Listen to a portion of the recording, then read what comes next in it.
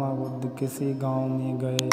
वहां एक स्त्री ने उनसे पूछा कि आप तो किसी राजकुमार की तरह दिखते हो, आपने युवावस्था में गेरुआ वस्त्र क्यों धारण किया है? बुद्ध ने उत्तर दिया कि मैंने 3 प्रश्नों के हल ढूंढने के लिए संन्यास लिया है। बुद्ध ने कहा, हमारा शरीर युवा और आकर्षक है, लेकिन यह वृद्ध हो गया, फिर बीमार होगा और अंत में यह मृत्यु को प्राप्त हो जाएगा।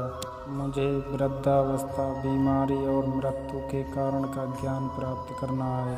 बुद्ध की बात सुनकर स्त्री बहुत प्रभावित हो गई और उसने उन्हें भोजन के लिए आमंत्रित किया।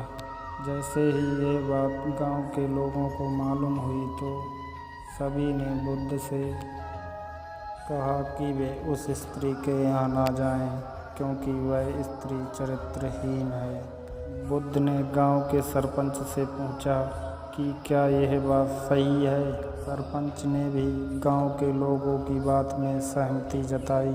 तब बुद्ध ने सरपंच का एक हाथ पकड़कर कहा कि अब ताली बजाकर दिखाओ।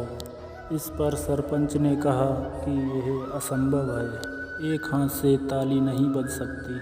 बुद्ध ने कहा, ठीक है, इसी प्रकार कोई स्त्री अकेले ही चरित्रहीन नहीं हो सकती। यदि इस गांव के पुरुष ही चरित्रहीन नहीं होते तो वह स्त्री भी चरित्रहीन नहीं होती। गांव के सभी पुरुष बुद्ध की बात सुनकर शर्मिंदा हो गए और वे सभी बुद्ध से क्षमा याचना करने लगे। वह स्त्री भी लज्जा से सिर को झुकाए बुद्ध से क्षमा मांगते हुए अपने घर की ओर चली गई। किसी को भला बुरा कहने से पहले स्वयं अपने अंदर देख लेना चाहिए कि वह जिसको भला बुरा कह रहे हैं वह बुराई हम में तो नहीं है, तभी उसको भला बुरा कहना चाहिए।